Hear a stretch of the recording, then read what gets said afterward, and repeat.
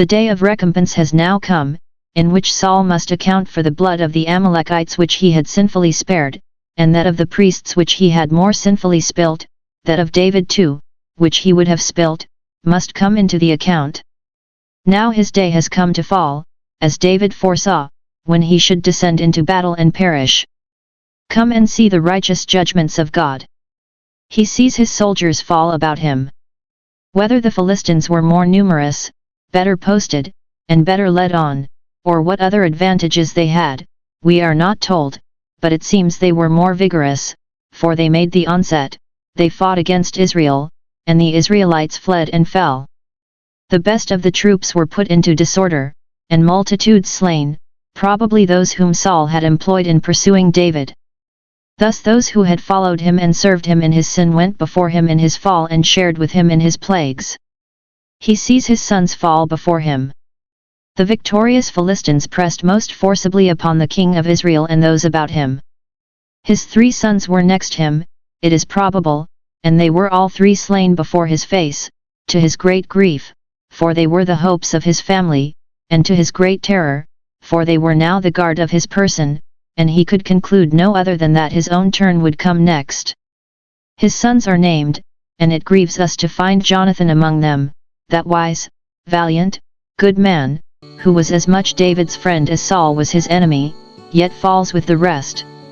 Duty to his father would not permit him to stay at home, or to retire when the armies engaged, and Providence so orders it that he falls in the common fate of his family, though he never involved himself in the guilt of it, so that the observation of Eliphaz does not hold, whoever perished being innocent. For here was one. What shall we say to it? God would hereby complete the vexation of Saul in his dying moments, and the judgment that was to be executed upon his house. If the family must fall, Jonathan, that is one of it, must fall with it. He would hereby make David's way to the crown the more clear and open. For, though Jonathan himself would have cheerfully resigned all his title and interest to him, we have no reason to suspect any other, yet it is very probable that many of the people would have made use of his name for the support of the house of Saul, or at least would have come in but slowly to David. If Ishbosheth, who was now left at home as one unfit for action, and so escaped, had so many friends, what would Jonathan have had, who had been the darling of the people and had never forfeited their favor? Those that were so anxious to have a king like the nations would be zealous for the right line, especially if that threw the crown upon such a head as Jonathan's. This would have embarrassed David, and, if Jonathan could have prevailed to bring in all his interest to David, then it would have been said that Jonathan had made him king, whereas God was to have all the glory. This is the Lord's doing. So that though the death of Jonathan would be a great affliction to David, yet, by making him mindful of his own frailty, as well as by facilitating his accession to the throne, it would be an advantage to him. 3. God would hereby show us that the difference between good and bad is to be made in the other world, not in this. All things come alike to all. We cannot judge of the spiritual or eternal state of any by the manner of their death, for in that there is one event to the righteous and to the wicked. He himself is sorely wounded by the Philistines and then slain by his own hand. The archers hit him, so that he could neither fight nor fly, and therefore must inevitably fall into their hands. Thus, to make him the more miserable, destruction comes gradually upon him, and he dies so as to feel himself die. To such an extremity was he now reduced that he was desirous to die by the hand of his own servant rather than by the hand of the Philistines, lest they should abuse him as they had abused Samson. Miserable man! He finds himself dying, and all his care is to keep his body out of the hands of the Philistines, instead of being solicitous to resign his soul into the hands of God who gave it. As he lived, so he died, proud and jealous, and a terror to himself and all about him. Those who rightly understand the matter think it of small account, in comparison, how it is with them in death, so it may but be well with them after death. Those are in a deplorable condition indeed who, being bitter in soul, long for death, but it cometh not, especially those who, despairing of the mercy of God, like Judas, leap into a hell before them, to escape a hell within them. When he could not obtain that favor he became his own executioner, thinking hereby to avoid shame, but running upon a heinous sin, and with it entailing upon his own name a mark of perpetual infamy, as fellow to se a self-murderer. Jonathan, who received his death wound from the hand of the Philistines and bravely yielded to the fate of war, died on the bed of honor, but Saul died as a fool dieth, as a coward dieth a proud fool, a sneaking coward. He died as a man that had neither the fear of God nor hope in God, neither the reason of a man nor the religion of an Israelite, much less the dignity of a prince or the resolution of a soldier. Let us all pray, Lord, lead us not into temptation, this temptation.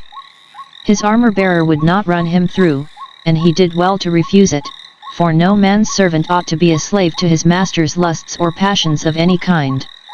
The reason given is that he was sorely afraid, not of death, for he himself ran willfully upon that immediately, but, having a profound reverence for the king his master, he could not conquer that so far as to do him any hurt, or perhaps he feared lest his trembling hand should give him but half a blow, and so put him to the greater misery.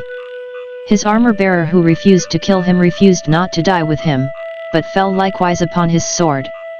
This was an aggravating circumstance of the death of Saul, that, by the example of his wickedness in murdering himself, he drew in his servant to be guilty of the same wickedness, and perished not alone in his iniquity.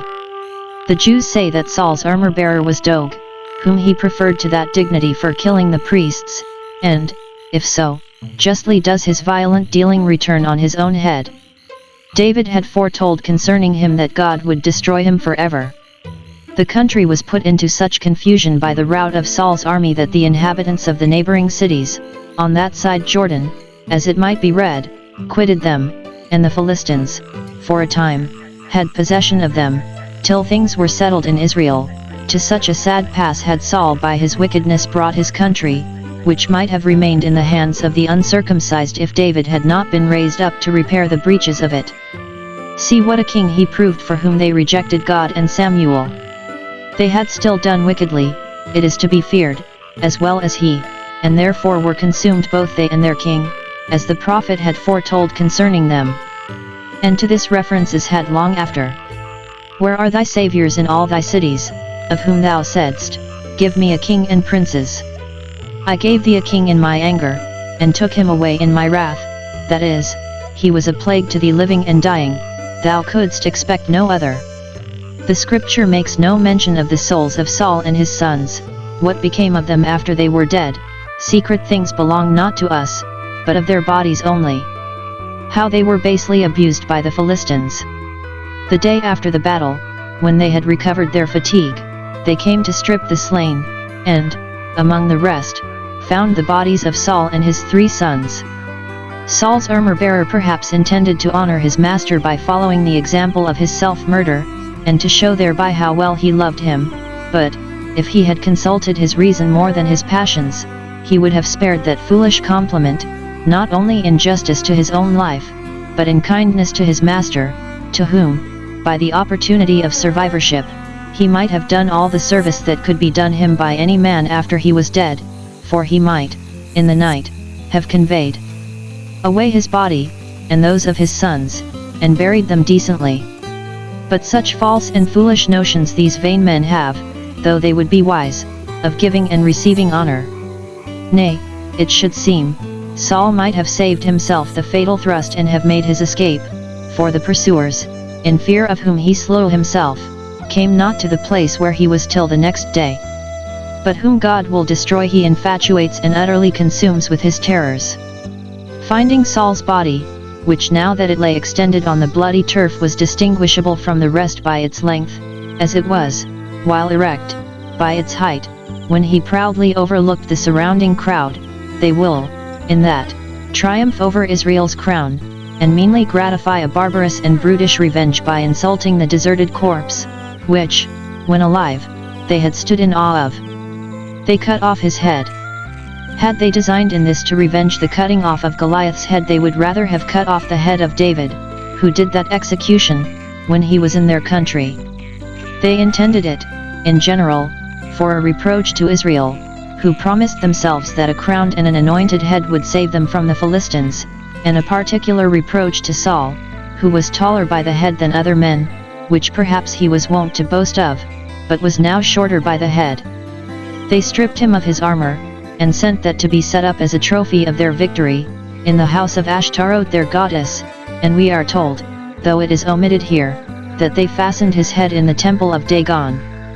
Thus did they ascribe the honor of their victory, not as they ought to have done to the real justice of the true God, but to the imaginary power of their false gods, and by this respect paid to pretended deities shame those who give not the praise of their achievements to the living God. Ashtaroth, the idol that Israel had many a time gone a-whoring after, now triumphs over them. 3. They sent expresses throughout their country, and ordered public notice to be given in the houses of their gods of the victory they had obtained, that public rejoicings might be made and thanks given to their gods. This David regretted sorely. Tell it not in Gath. They fastened his body and the bodies of his sons to the wall of Beth-shan, a city that lay not far from Gilboa and very near to the river Jordan. Hither the dead bodies were dragged and here hung up in chains, to be devoured by the birds of prey. Saul slew himself to avoid being abused by the Philistines, and never was royal corpse so abused as his was, perhaps the more if they understood that he slew himself for that reason. He that thinks to save his honor by sin will certainly lose it. See to what a height of insolence the Philistines had arrived just before David was raised up, who perfectly subdued them. Now that they had slain Saul and his sons, they thought the land of Israel was their own forever, but they soon found themselves deceived. When God has accomplished his whole work by them, he will accomplish it upon them. How they were bravely rescued by the men of Jabesh Gilead. Little more than the river Jordan lay between Beth-shan and Jabesh Gilead, and Jordan was in that place passable by its fords.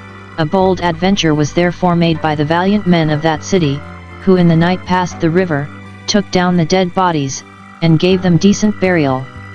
This they did out of a common concern for the honor of Israel, or the land of Israel, which ought not to be defiled by the exposing of any dead bodies, and especially of the crown of Israel, which was thus profaned by the uncircumcised.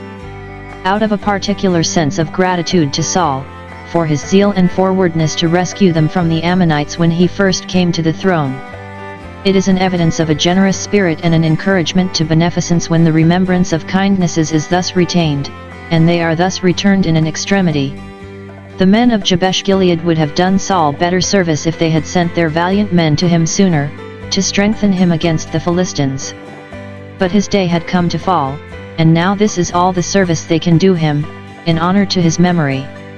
We find not that any general mourning was made for the death of Saul, as was for the death of Samuel. Only those Gileadites of Jabesh did him honor at his death, for they made a burning for the bodies, to perfume them. So some understand the burning of them. They burnt spices over them. And that it was usual thus to do honor to their deceased friends, at least their princes, appears by the account of Asa's funeral. That they made a very great burning for him. Or, as some think, they burnt the flesh, because it began to putrefy. They buried the bodies, when, by burning over them, they had sweetened them, or, if they burnt them, they buried the bones and ashes, under a tree, which served for a gravestone and monument. They fasted 7 days, that is, each day of the 7 they fasted till the evening. Thus they lamented the death of Saul and the present distracted state of Israel, and perhaps joined prayers with their fasting for the re-establishment of their shattered state. Though, when the wicked perish there is shouting, that is, it is to be hoped a better state of things will ensue, which will be matter of joy, yet humanity obliges us to show a decent respect to dead bodies, especially those of princes. This book began with the birth of Samuel, but now it ends with the burial of Saul, the comparing of which two together will teach us to prefer the honor that comes from God before any of the honors which this world pretends to have the disposal of.